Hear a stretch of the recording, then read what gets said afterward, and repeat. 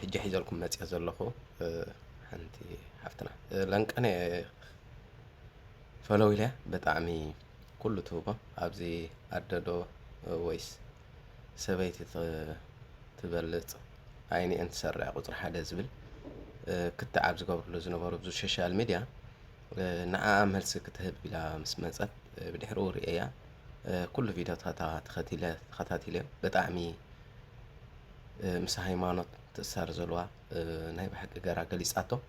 حليفاون بزح فيديوهات تسريحه بطعمي كابتي دس بلن مالتي بطعمي ما هي ريت زخنت حافتنا تقرويتي ابي كم تقمت كاي فرطكوان نزا فيديو مو نسمعيا بطعمي لب خاصتن كفت مرتيات مهر ابتنا تاتيقومون فلو تتبلوامو بزح تمرتقت مهرنا تخيلها بتخكل نعي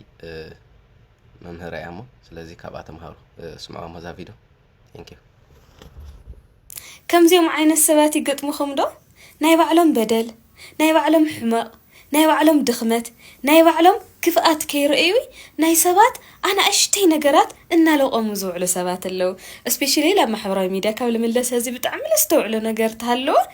بأمنن بلي مخنيات بزح ነገር ዝጻረፉ ናይ ሰባት ውድቀትና አለሽ ዝውዕሉ ብናይ ሰባት ደካማ ጎኒ ዝሕጎሱ ሰባት ይረለኹ በተደጋጋሚ እዝር ዘለኹና እዞም ሰባት እዚአቶም ድኽመትና ሪኦም እተን ሕና እኳ ዘይነስተውዕሎ ሕመቕና ሪኦም ክናገሩና ከለው ንግዚኡ ክኸፍአና ንሕና ካብኦም ዝገደድና ምዃኑ ተሰሚዕና ክኸፍአና ባህርያዊ እዩ ሓንቲ ምስራች ግን ክነግራኩም እዞም ሰባት እዚአቶም ወላስኹም ዘይተስተውዕልዎ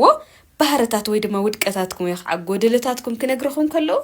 እቲ አባኹም ዝርእይዎ ዘለው ኩሉ ጎደሎ ናይ ባዕሎም ጎደሎ ስለ ዝኾነ እዩ ንሕና መስተዋቶም ስለ ዝኾነ እዩ እቲ ናታቶም ክፍአት እቲ ናታቶም ድኽመት እቲ ናታቶም ውሽጣዊ ዝኾነ ዝቃለሰም ዘሎ ካሊእ ማንነት ንሕና መስተዋት ኮይና አባና ስለ ዝርእይዎ እዩ ስለዚህ በዚኦም ልብኹም አይታወኽ ኣብ ማቴዎስ 7 ጎይታና ክርስቶስ እቲ ብስጋ ዝተገለጸ ታዩ ተዛሪቡ ነይሩ before you judge others look at yourself ይብል ንኻልኦት ቅድሚ ምፍራድኩም ንባዕልኹም ርእዩ ኣብ ዓይንኻ ዘሎ ጉንዲ ኸይውፃእኻይሴ